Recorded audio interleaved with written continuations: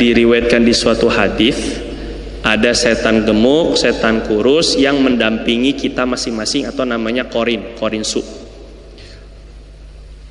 Dan bagaimana ada sebahagian orang yang katanya mengamalkan amalan-amalan, zikir-zikir tertentu, tapi justru malah kok mungkin kerasukan, mungkin kok malah setannya tuh seneng gitu dengan zikir yang dia amalkan. Padahal tadi katanya kalau setan kurus itu kan karena dia sering baca bismillah, jadi sehingga jadi kurus ketika makan khususnya dan ketika masuk rumah. Tapi kok ada orang yang zikir justru malah kerasukan kah, ataupun juga malah kesetanan, atau malah merasa makin jauh dari Allah, atau bagaimana? Nah, ini apa yang keliru? Pastinya bukan zikirnya, tentu itu ya. Sebab kata Allah Subhanahu wa taala, justru orang wa may ya'shu an dzikrir rahman nuqayyid lahu syaitanan fahuwa lahu qarin. Orang yang lemah dalam berzikir kepada Allah, atau orang yang lari dari peringatan Allah, kami akan ikatkan dirinya dengan setan yang akan menjadi pendampingnya. Kata Allah begitu. Jadi ketika malas berzikir, setan makin kuat. Terus kemudian kalau gitu berarti bukan salah zikirnya? Iya pasti. Sama kayak dokter udah ngasih resep, udah ngasih obat, jelas bukan salah obatnya. Kecuali dokternya dokteran atau dokter gadungan gini ya. Ini jelas resep dari Allah. Lantas salahnya di mana? Jelas salah atau kekurangannya ada pada zakir, orang yang berzikir itu sendiri. Satu, keseringan kesalahannya adalah di niat. Banyak yang mengamalkan amalan-amalan, niatnya dunia semata-mata. Ini satu, ini yang bahaya. Niatnya, wah saya baca Waqiah semata-mata buat kaya. Kekeliruan itu semata-matanya ya.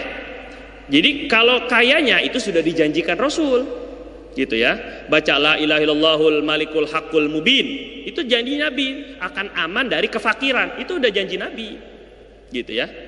Terus kalau ada keinginan seperti itu nggak jadi masalah, tapi semata-mata itu bermasalah. Jadi semata-mata buat duniawi, biar punya kedudukan di mata orang, baca hasbiyallahu la ilaha illa tawakkaltu wa huwa rabbul arsyil azim. Baca. Biar punya haibah, wibawa gitu depan orang. Biar naik jabatan misalnya, baca sholawat berapa ribu. Ini semata-mata inilah yang membuat sehingga efek zikirnya itu nggak bagus. Gitu ya, karena salah niat. Ini dunia yang pertama itu. Terus gimana dong kalau gitu? Boleh nggak kita sholawat untuk dapat rezeki, istighfar untuk menyelesaikan masalah duniawi kita? Boleh, tapi jangan semata itu. Kita juga niatkan agar dekat dengan Allah, biar Allah ridho. Yang lebih penting gimana Allah ridho, karena kalau Allah udah ridho semua gampang, mudah. Jadi kalau Allah udah seneng semua gampang. Bahkan malaikat neraka, Zabaniyah, malaikat Malik, itu ada di neraka tapi nggak kesakitan karena ridho Allah. Itu kata ulama. Artinya walaupun ada di neraka tetap ngerasa nyaman. Walaupun Nabi Ibrahim ada di dalam api, kobaran api besar, tetap ngerasa nyaman karena ada ridho Allah. Jadi pentingnya ridho Allah itu begitu. Jadi pertama utamakan biar Allah senang.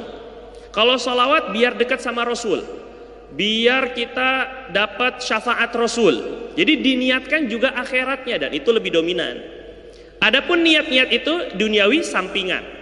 Kalaulah niat duniawi juga ditambah niat ukhrawinya. Misalnya, saya ingin proyek saya cepat berhasil, biar jangan sampai situ. Biar untuk mengumrohkan orang tua, itu misalnya. Biar saya sedekah. Jadi nggak semata-mata duniawi. Nah, ini yang jadi bermasalah. Ketika niatnya semata duniawi, ini kesalahan pertama. Kesalahan kedua, kenapa kalau zikir itu efeknya kurang apalagi sampai membuat setan itu macam-macam. Ada yang menzikirkan sesuatu itu niatnya juga untuk nyari khodam. Nah, ada yang begitu, agar ada khodam. Khodam itu pembantu dari kalangan jin atau mungkin malaikat. Tapi akhirnya dia terkelabui atau tertipu dengan jin-jin tersebut. Akhirnya bukan mendatangkan pertolongan Allah, justru malah berharap dan minta tolongnya ke jin. Nah, ini yang jadi masalah juga. Jadi mintanya itu untuk nyari khodam. Lagi-lagi juga salah niat sama juga gitu ya. Kemudian juga yang ketiga, kekurangan di dalam zikirnya itu juga kadang mengamalkan sesuatu yang tidak jelas atau tidak ada pendamping guru yang murabbi yang memang alim, yang ulama. Misalnya gini, datang ke orang yang katanya pintar, ya misalnya punya ilmu apa, hikmah, oke lah, tapi nggak alim, bukan ulama. Akhirnya dikasih nih, zikirin ini. Kadang-kadang ada yang menggunakan nama-nama yang tidak jelas, kayak bahasa Arab, padahal bahasa Ibrani. Ada gitu. Atau ada memanggil nama-nama jin. Ada juga begitu, pakai bahasa Arab karena dia orang awam, suruh ngamalin itu, oke, amalin.